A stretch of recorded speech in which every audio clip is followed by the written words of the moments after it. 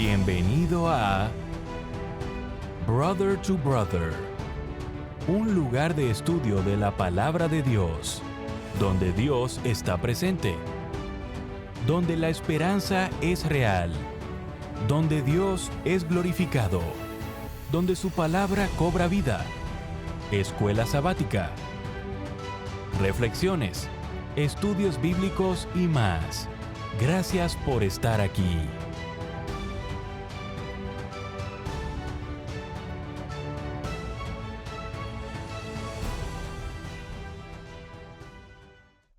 Muy bienvenidos a su programa Brother to Brother.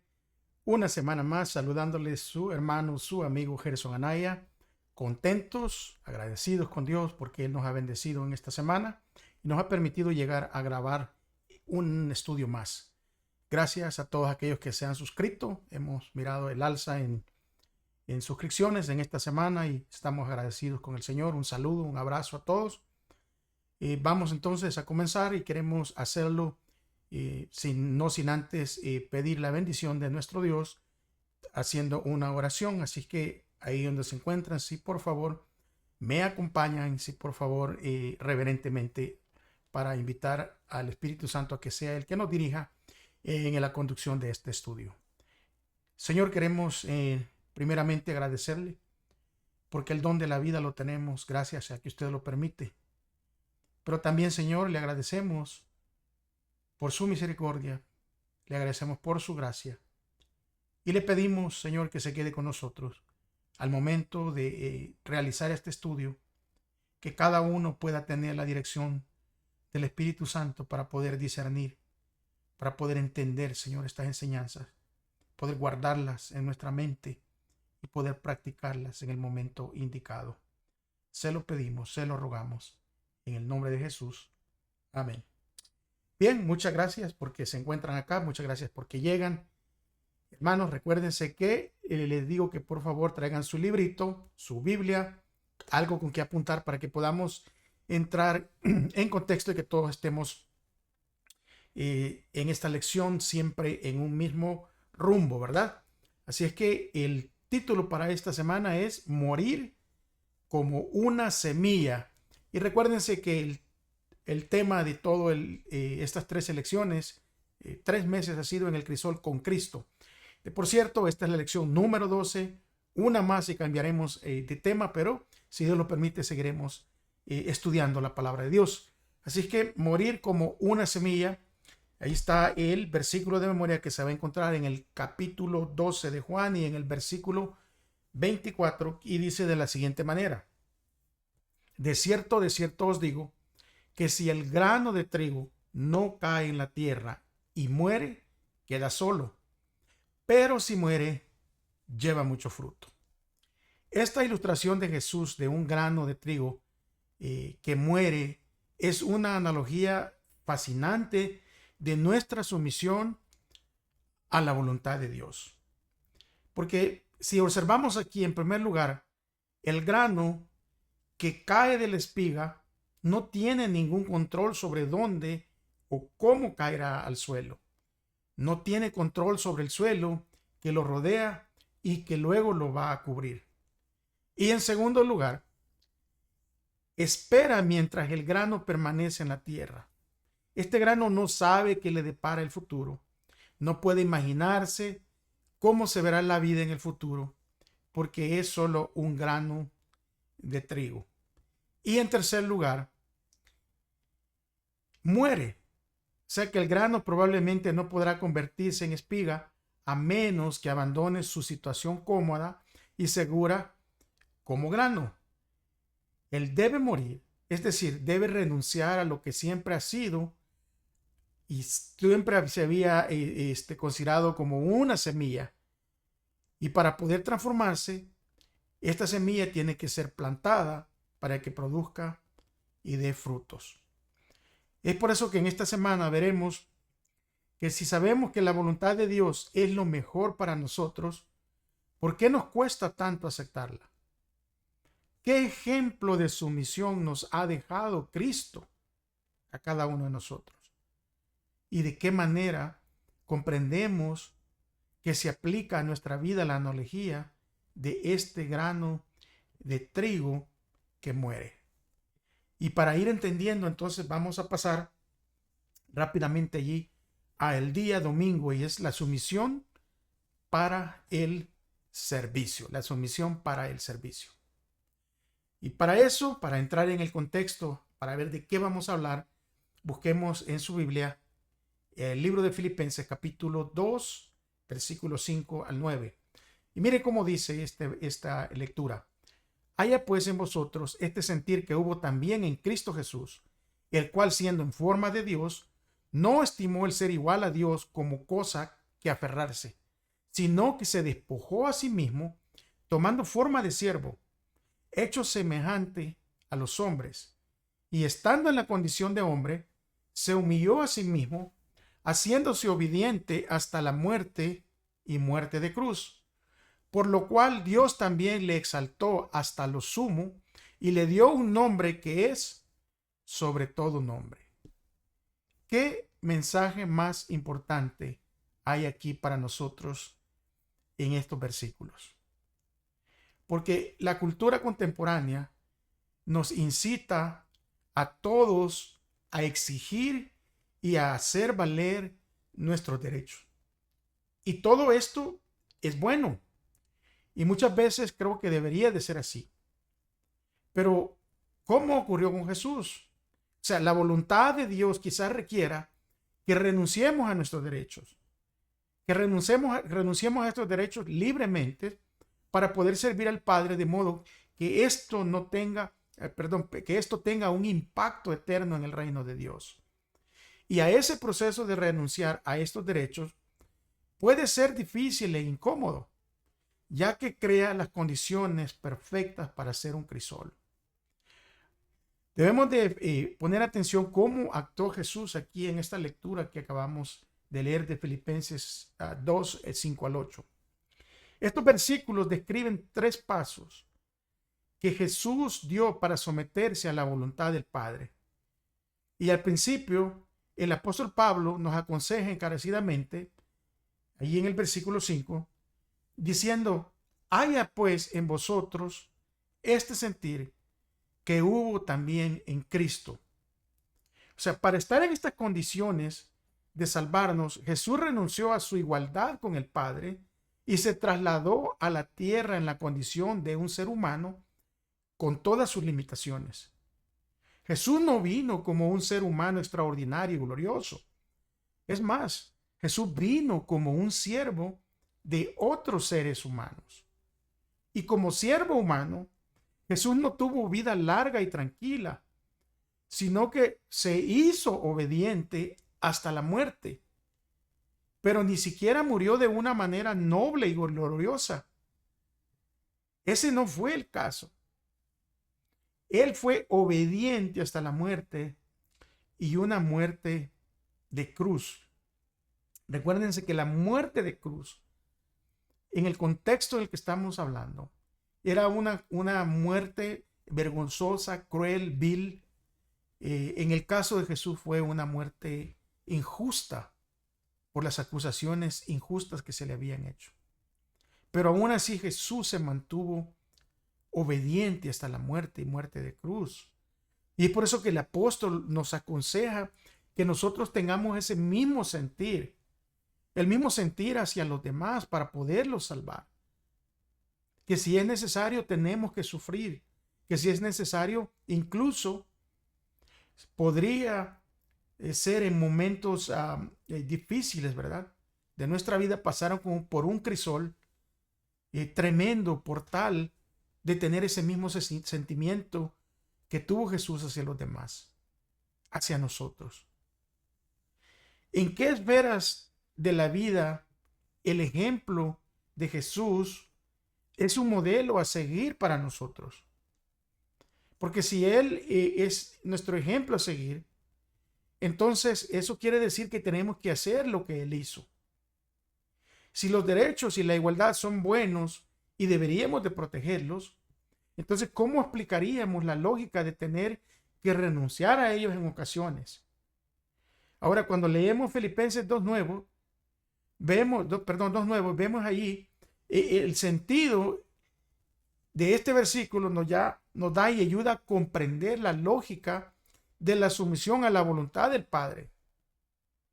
¿A qué derechos me voy a aferrar en ese mismo momento que la realidad podría ser una barrera para someterme a la voluntad de Jesús y servir a mi familia o servir a mi iglesia o a las personas que me rodean? ¿Hasta qué punto estoy dispuesto a soportar la incomodidad para servir a los demás en una forma más eficiente? Porque de eso se trata. O sea, de tener ese sentimiento que tuvo Jesús, y es la única manera como nosotros vamos a poder ser eficientes en el servicio, sometiéndonos a la voluntad de Dios. El día lunes nos habla de morir antes de conocer la voluntad de Dios. Muchos cristianos procuran sinceramente conocer la voluntad de Dios para su vida.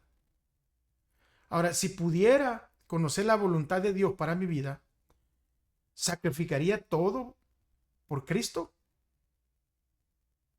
Pero aún después de prometerle esto a nuestro Dios, todavía podemos estar confundidos acerca de cuál es la voluntad de Dios. Y la razón para esta confusión la encontramos en el libro de Romanos, en el capítulo 12, versículos 1 y 2. Porque el apóstol describe cómo podemos conocer la voluntad de Dios y presenta un argumento importante. Si quieres saber cuál es la voluntad de Dios, primero tienes que sacrificarte. Busquemos ahí Romanos capítulo 12, versículo 1 y versículo 2. El versículo 1 comienza diciendo: así que, hermanos, os ruego por la misericordia de Dios que presentéis vuestros cuerpos en sacrificio vivo, santo, agradable a Dios, que es vuestro culto racional.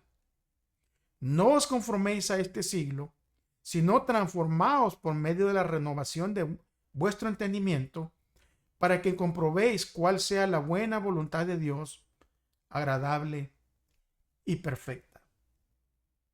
Nosotros podemos ver aquí en estos versículos, primeramente, cómo el apóstol dice, ¿verdad? Bueno, ¿quieren saber cuál es la voluntad de Dios?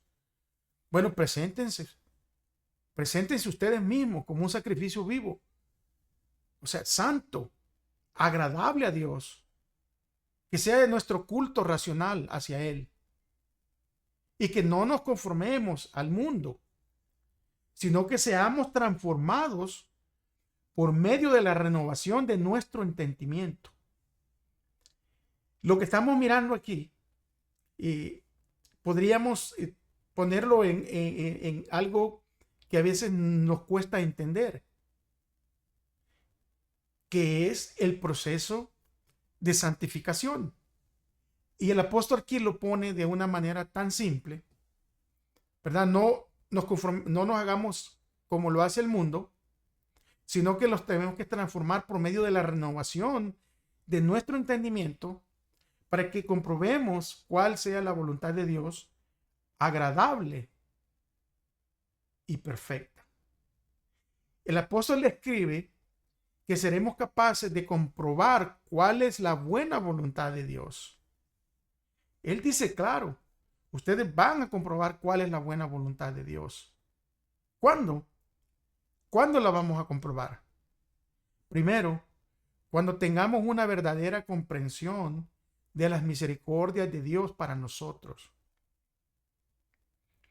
Y cuando nos ofrezcamos como sacrificio vivo hacia Dios. Cuando nuestra mente se renueve con el conocimiento de nuestro Dios. Y solo la mente verdaderamente renovada puede comprender la voluntad de Dios. Pero esta renovación depende primero de nuestra muerte a nosotros mismos. No fue suficiente que Cristo simplemente sufriera por nosotros. Él tenía que morir. Ahora pide al Espíritu Santo y ayúdame como hermano a pedir los unos por los otros, a que el Espíritu Santo nos muestre qué aspectos de nuestra vida necesitan morir completamente. ¿Qué cosas todavía no han muerto en mí? Que no me dejan ver cuál es la voluntad de Dios. ¿Y a qué cosas necesito renunciar a fin de llegar a ser un sacrificio vivo para Dios?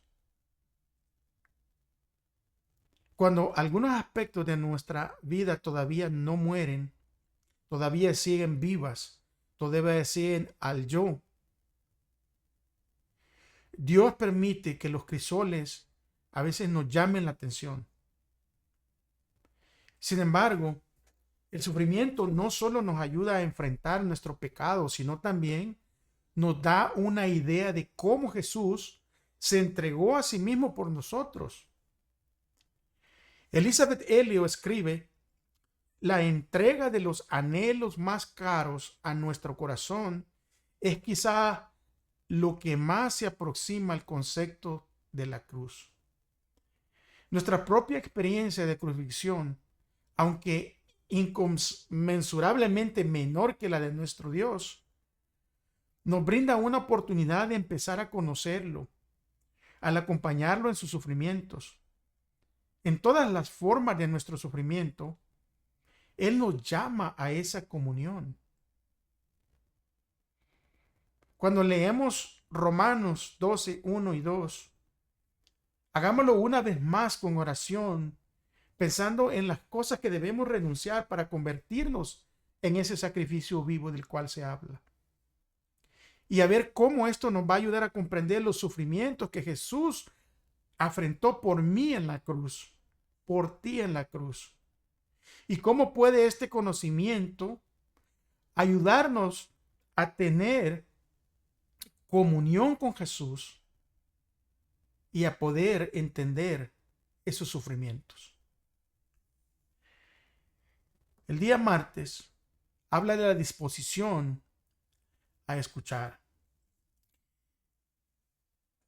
Por naturaleza, a veces es bien raro encontrar una persona que sepa escuchar. Pero tenemos que estar dispuestos a escuchar. Fíjense que en la historia de Primera de Samuel, allí en el capítulo 3, versículo 10, Jehová le habla a Samuel. Y Jehová le habla a Samuel 3 veces. Dice este versículo de Primera de Samuel 3:10, que vino Jehová y se paró y llamó como las otras 3 veces: Samuel, Samuel. Entonces Samuel dijo: habla, porque tu siervo oye. La pregunta es: ¿alguna vez hemos escuchado esa voz suave y apacible del Espíritu Santo, pero tal vez la hemos ignorado? Y por ende de haberla ignorado, todo salió mal. Y luego pensamos, y en nuestra mente le dimos vuelta, ¿verdad? Si hubiera escuchado la voz de Dios, si hubiera consultado esto primero con Dios. Porque Primera de Samuel describe la historia de un anciano y sus 2 hijos primero.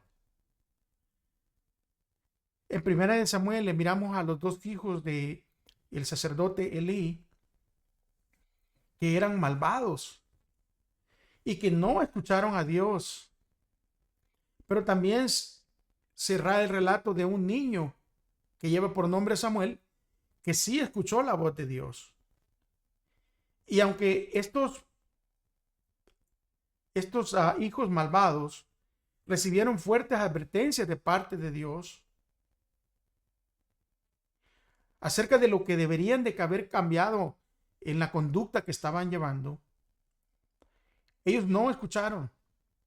Simplemente ignoraron la advertencia de Dios. Simplemente no estuvieron dispuestos a escuchar a Dios. Cuando nosotros leemos la historia de Primera de Samuel en el capítulo 2 del 12 al 3:18, podamos allí encontrar un contraste, ¿verdad? Evidente entre los que escuchan a Dios y los que no. Porque los hijos de Elí tenían otras cosas en mente antes que las cosas de Dios. Y si bien Elí habló con sus hijos, después de que Dios le había hablado a él, después de que Elí escuchó a Dios, de cómo Dios le llamaba la atención, parece que Elí, cuando leemos esa historia, simplemente no hizo nada. Y obviamente sus hijos no estaban preparados para someter los detalles de su vida a la voluntad de Dios. En contraste con el joven Samuel, que sí escuchó la voz de Dios, y al escuchar la voz de Dios se puso a la disposición de Dios. El predicador Charles Stanley describe cuán esencial es cultivar la disposición a escuchar la voz de Dios en lo que él llama. O sea, poner el cambio en un punto muerto, dice. El Espíritu Santo no habla por el simple hecho de transmitir información. El Espíritu Santo nos habla para obtener una respuesta nuestra. Y sabe cuando nuestra agenda acapara tanto nuestra atención que es una pérdida de tiempo sugerir algo que lo contradiga. Y en esos casos, a menudo, el Espíritu Santo guarda silencio. El Espíritu Santo simplemente no nos habla.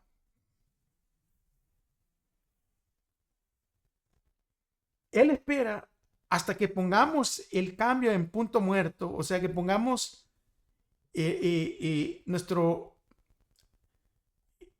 nuestra máquina de andar, que la pongamos en un punto neutral para poder escuchar y finalmente poderle obedecer a esa voz. Ahora, ¿qué habrá querido decir Stanley con poner el cambio en el punto muerto o ponerlo en neutro? Cuando nosotros pensamos en la disposición a escuchar a Dios, ¿qué cosas a menudo nos impiden poner el cambio en el punto muerto o en neutro para escuchar y finalmente obedecerle a Dios? ¿Qué necesitamos hacer en nuestras vidas para cultivar esa disposición a escuchar la voz de Dios y decidir ser obediente a cada una de sus indicaciones? Porque muchas veces vamos muy deprisa. Muchas veces nosotros vamos marcando el rumbo sin buscarle una dirección de Dios. Y eso es muy peligroso. Y es por eso que hay que estar dispuestos a escuchar la voz de Dios. El día miércoles habla de una autosuficiencia. Fíjense, hermanos y amigos, que cuando Eva pecó en el jardín del Edén, no fue simplemente porque dudó de la palabra de Dios. La raíz del problema era que ella creyó que tenía suficiente sabiduría para decidir por sí misma lo que era bueno. Eva confió en su propio juicio. Y cuando dependamos de nuestro propio juicio, en lugar de confiar en la palabra de Dios, nos exponemos a todo tipo de problemas.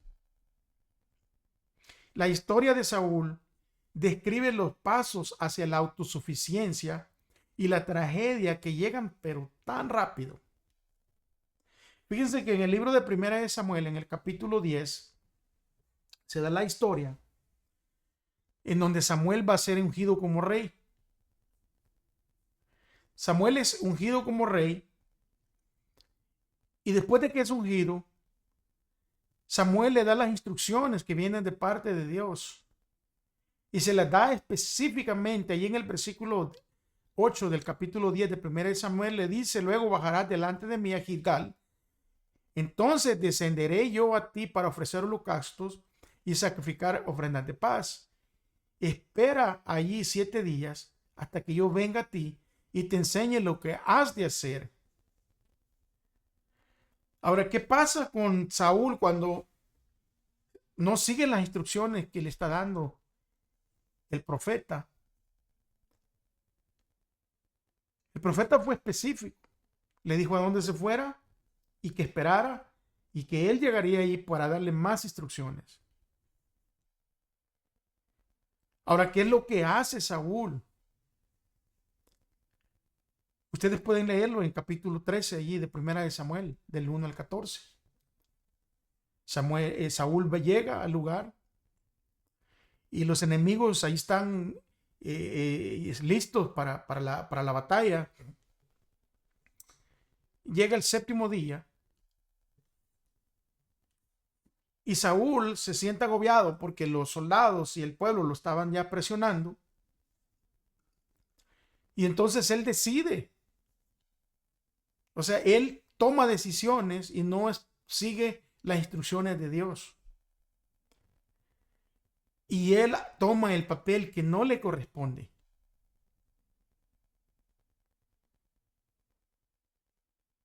Y entonces decide hacer holocaustos y decide ofrecer ofrendas de paz. Justamente cuando él termina de ofrecer estos sacrificios, llega el profeta y le dice: ¿qué pasa? ¿Qué has hecho? O sea, por desobediente, el Señor ya decidió buscar a otro rey conforme al corazón de él. O sea, ¿qué llevó a Saúl a la ruina? ¿Qué lo llevó a esto?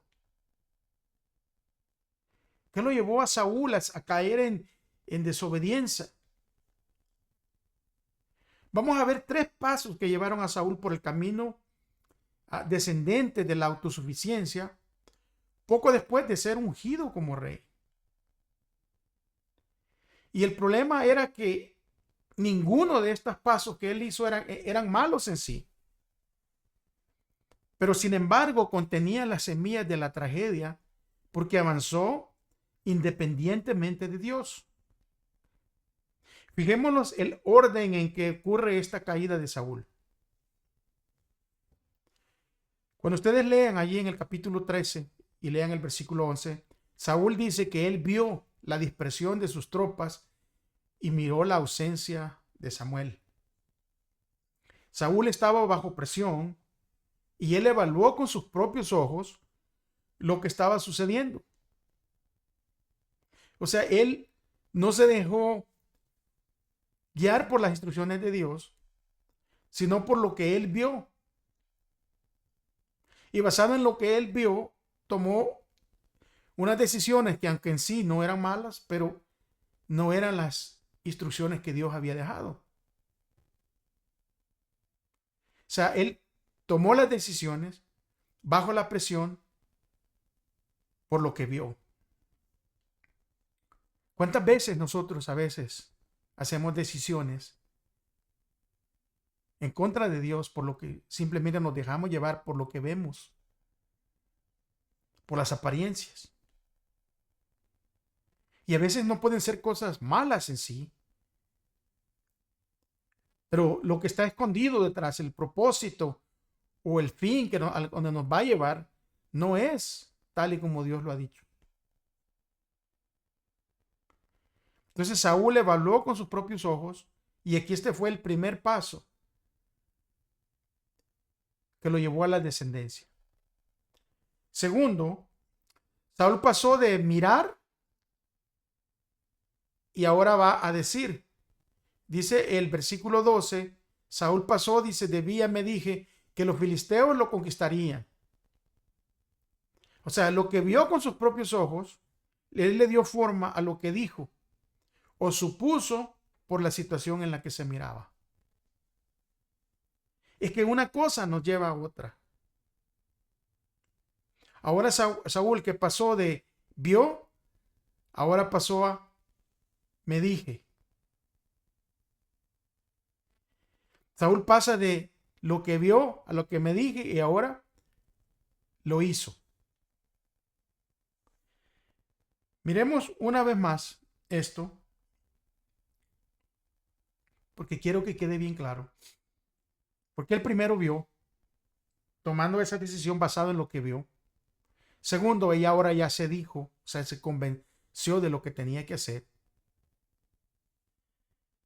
Y tercero, después de que él ya se dice, ¿verdad? Saúl pasó de me dije a me esforcé, o sea, ya hizo. O sea, él ofreció el sacrificio. Lo que Saúl pensó dio forma a sus sentimientos. Y de una forma u otra, todos hemos hecho esto, porque confiamos en la vista humana, lo que nos lleva a confiar en el pensamiento humano y lo que nos lleva a confiar en en los sentimientos humanos. Y luego actuamos sobre la base de estos sentimientos. Ahora, ¿por qué crees que fue tan fácil para Saúl seguir su propio juicio? A pesar de que las claras instrucciones de Dios todavía posiblemente hasta le resonaban allí en sus oídos. Ahora, si nosotros sabemos que somos frágiles y tenemos un conocimiento tan imperfecto, ¿por qué seguimos entonces tratando de ignorar a Dios y confiar en nosotros mismos? ¿Cómo podemos hacer para aprender a confiar en los mandatos de Dios más que en nosotros mismos? Porque de eso se trata. Pero muchas personas se van a perder porque siguen confiando en sí mismos. Porque a pesar de que Dios diga que las cosas se hacen de esta manera, el humano ve, el humano piensa y el humano se dice a sí mismo, creo que esta manera es mejor. Y a veces nosotros no solo somos autosuficientes con nosotros mismos, sino que esta autosuficiencia nos lleva incluso a ser piedras de tropiezo hacia muchos más, empezando por nuestra familia inmediata. Y es por eso que tenemos que confiar en Dios. Nuestras decisiones como creyentes, como cristianos que nos llamamos, nuestras decisiones tienen que ir después de que hemos pasado un tiempo consultando con el Señor para ver si es lo correcto, aunque nuestros ojos lo vean muy bueno, aunque nuestros ojos vean de que hace lógica, aunque nuestro pensamiento diga, creo que es lo correcto, aunque las ganancias a veces o lo que vamos a obtener se vea muy sustantivo. Sigamos confiando en Dios. Llegamos a un lado esa autosuficiencia, porque solo nos haremos daño a nosotros mismos. El día jueves habla de sustitutos. Y como hablaba la lección del día de ayer, la sumisión a la voluntad de Dios puede verse socavada cuando dependemos de nuestra propia fuerza. Pero también es posible confiar en otros sustitutos de Dios. Hay personas que se sienten deprimidas y salen a comprar algo que los haga felices. Hay personas que se sienten incompetentes y persiguen la fama. Hay otros que tienen dificultades con los cónyuges y buscan a otra persona. Muchas de las cosas que usamos incluso pueden aliviar la presión que sentimos, pero no necesariamente resuelven el problema, ni nos enseñan a manejar mejor la situación la próxima vez que estemos en problemas. Lo único que nos puede ayudar de una manera sobrenatural es Dios. Él es el único que puede hacer eso. El problema es que muchas veces dependemos de sustitutos de Dios. Y lo hacemos tan naturalmente,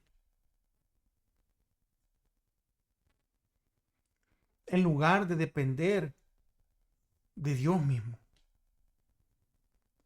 Es probable que usemos estos tres sustitutos en lugar de Dios. Y uno de esos sustitutos es utilizar la lógica humana o la experiencia pasada cuando lo que necesitamos es una nueva revelación divina. Porque muchas veces los planes de Dios o las instrucciones de Dios no hacen lógica. O creen que nos hubiera hecho lógica si nosotros hubiésemos estado frente a esas murallas de Jericó y que Dios nos hubiera dicho que diéramos vueltas alrededor, callados en silencio, y que el séptimo día íbamos a dar 7 vueltas y después íbamos a gritar. O sea, eso no es lógica humana. O que Dios puede derrotar a nuestros enemigos abriendo el mar y haciéndonos pasar por él con nuestros pies secos. Esa no es lógica humana. Y a veces la lógica humana es uno de los sustitutos que utilizamos nosotros en vez de Dios. Otro de los sustitutos que usamos es bloquear los problemas de nuestra mente, cuando lo que necesitamos es una solución divina.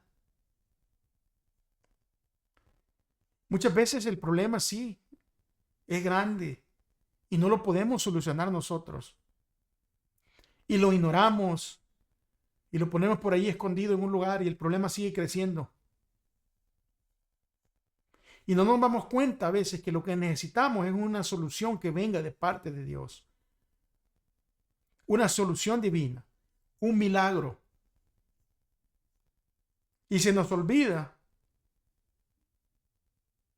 de que Dios todavía hoy en día, en estos días modernos de ciencia moderna, de avances modernos, Dios todavía hace milagros.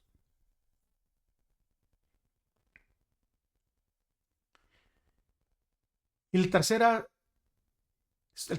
sustituto que a veces utilizamos en vez de Dios es escapar de la realidad y esquivar a Dios. Cuando lo que necesitamos es tener una comunión con Dios para recibir el poder divino. Especialmente en el ámbito cristiano. Muchos creyentes, cuando vienen los problemas o vienen las dificultades, se alejan de Dios. Dejan de asistir a las congregaciones. Dejan de tener comunión con Dios. Dejan de leer la Biblia. Dejan de orar. Dejan de tener esa devoción con Dios. Y tratan de escapar a la realidad. Y es más, esquivan todo lo que tenga que ver con Dios. Cuando la solución para ese problema es acercarse íntimamente con Dios, para que podamos recibir el poder de Él y así hallarle solución al problema. El libro de Zacarías nos ayuda a concentrarnos en lo que realmente importa cuando nos vemos tentados a utilizar sustitutos. Después de muchos años a la distancia, los exiliados finalmente regresan a Babilonia e inmediatamente comienzan a reconstruir el templo. Pero hay una increíble cantidad de resistencia a esto. Dice el libro de Esdras, el capítulo 4, vamos a leer del 4 al 6, el libro de Esdras. Dice que el pueblo de la tierra intimidó al pueblo de Judá y lo atemorizó para que no edificara el templo. Sobornaron además contra ellos a los consejeros para frustrar los propósitos todo el tiempo de Ciro, rey de Persia, y hasta el reinado de Darío, el rey de Persia. Y en el reinado de Asuero, en el principio de su reinado, escribieron acusaciones contra los habitantes de Judá y Jerusalén. O sea, fíjense cómo está esto. El pueblo regresa del exilio, van a reconstruir el templo, pero ahora el enemigo saca todas sus armas y los empiezan nos empiezan a acosar con mentiras, acusaciones falsas. O sea, de todo.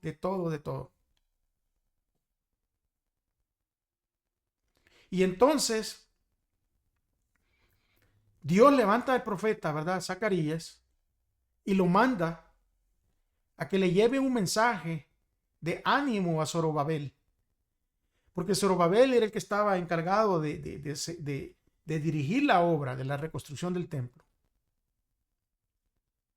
Y el libro de Zacarías, el capítulo 4 y el versículo 6 dice: entonces respondió y habló diciendo: esta es la palabra de Jehová a Zorobabel, que te dice: no con ejército ni con fuerza, sino con mi espíritu, ha dicho Jehová de los ejércitos. En este mensaje, en Zacarías 4:6, Dios le quiere decir a Zorobabel que Él está en control. Que vengan todas estas acusaciones, que venga toda esta gente mala en contra de Él, que no se preocupe, que el Espíritu Santo se va a encargar de que el proyecto de construcción se finalice.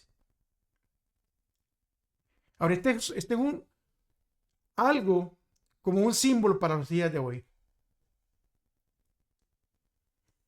Porque la predicación del evangelio ahorita está fácil. Hay una libertad. En pocos países ya están siendo oprimidos los cristianos. Pero cuando venga el tiempo, que ya se vaya finalizando, que ya esté muy pronta la venida de Jesús, el pueblo de Dios va a ser abatido de la misma manera. Lo van a calumniar, lo van a perseguir, van a mentir. O sea, le van a querer hacer la vida imposible para que no se dé el último mensaje.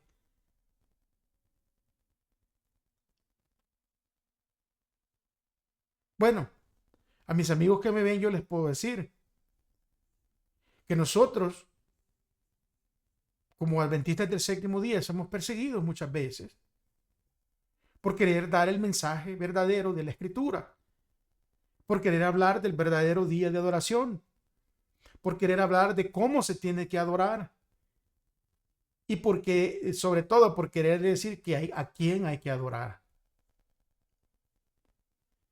Y hay oposición. Y hermano que me ve, usted sabe que hay oposición, pero déjeme decirle y déjeme recordarle y repetirle que ese mensaje de Zacarías 4, versículo 6 es para nosotros también. Que no va a ser con ejército, no va a ser con fuerza, sino con el Espíritu de Dios que vamos a salir adelante. Que es el Espíritu de Dios el que se va a encargar de que este mensaje se predique a toda lengua y a toda nación. Esto nos enseña la relación entre el Espíritu Santo y las cosas prácticas que hacemos.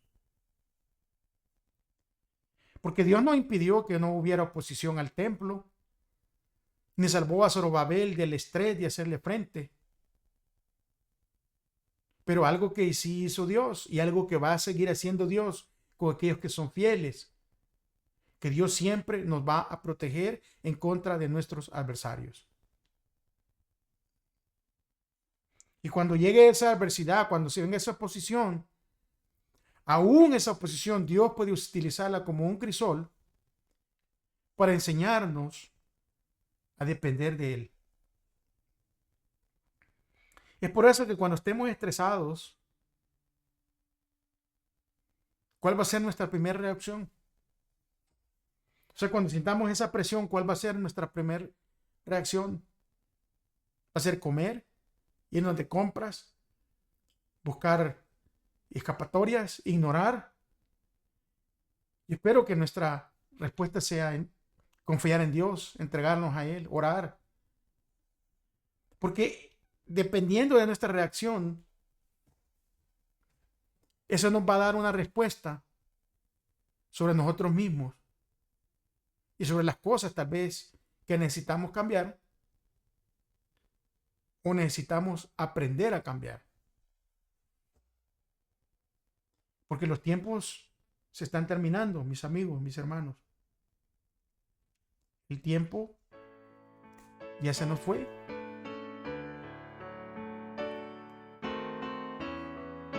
Todos los que produzcan frutos como obreros junto con Cristo,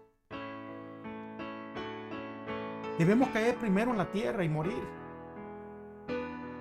Nuestra vida debe ser echada en el surco de la necesidad de aquellos que están necesitados en el mundo. La razón por la cual muchos en este tiempo no realizan mayores progresos en su vida espiritual es porque interpretan que la voluntad de Dios es precisamente hacer lo que ellos desean. Y mientras siguen sus propios deseos, se hacen la ilusión de que están conformándose a la voluntad de Dios. La sumisión a la voluntad de Dios se da cuando morimos a nuestros propios deseos, a nuestras propias ambiciones. Es esto lo que abre el camino para un verdadero servicio a los demás. No podemos vivir para Dios sin transformarnos en un sacrificio vivo y vivir constantemente dispuestos a escuchar la voz de Dios. Para que verdaderamente podamos someter nuestra voluntad a la voluntad de nuestro Padre, debemos reconocer los peligros de confiar en nosotros mismos y los peligros de confiar en los sustitutos y no confiar en la palabra y el poder de Dios. Como la sumisión a la voluntad de Dios es la base de una vida semejante a la de Cristo, Dios puede permitir que los crisoles por los que vayamos a pasar nos enseñen a depender de Él. A los que ya conocen la historia de los valdenses, pero a los que no, me gustaría que ustedes le hagan una búsqueda y busquen los valdenses. Porque los valdenses sufrieron, pero sufrieron de una manera bárbara por ser fieles. Porque ellos estudiaron la palabra de Dios y hicieron la decisión de vivir de acuerdo con la luz que resplandecía sobre ellos. Y por eso fueron perseguidos y echados de sus hogares. Fueron incluso privados de sus posesiones. Les quitaron todo lo que ellos habían adquirido con mucho esfuerzo. Y aún sus propias casas fueron quemadas. Ellos tuvieron que huir a las montañas, donde sufrieron unas penalidades increíbles, porque soportaron hambre, soportaron fatiga, frío, desnudez, porque la única ropa que muchos de ellos podían conseguir eran las pieles de los animales que cazaban.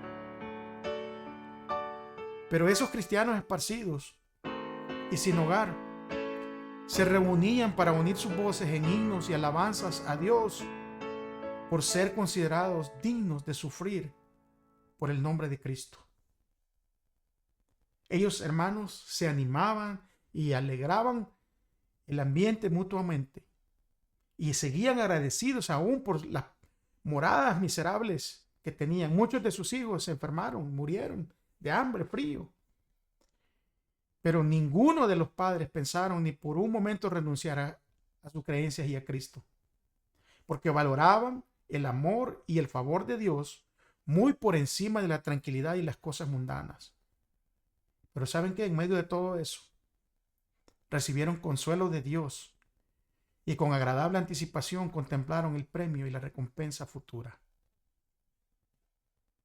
Hemos llegado al final de esta lección. Espero que hayamos aprendido mucho, que guardemos estas enseñanzas y que las practiquemos en nuestra vida diaria. Ya estamos casi al final de estos estudios y comenzaremos unos nuevos. Pero déjenme decirles que yo siento gozo en mi corazón y espero que ustedes también. Porque al estudiar cada semana aprendemos más y más de aquel que lo dio todo por nosotros. Y aquel que nos va a dar la fortaleza en los momentos más débiles de nuestra vida. Gracias por haberse quedado hasta el final.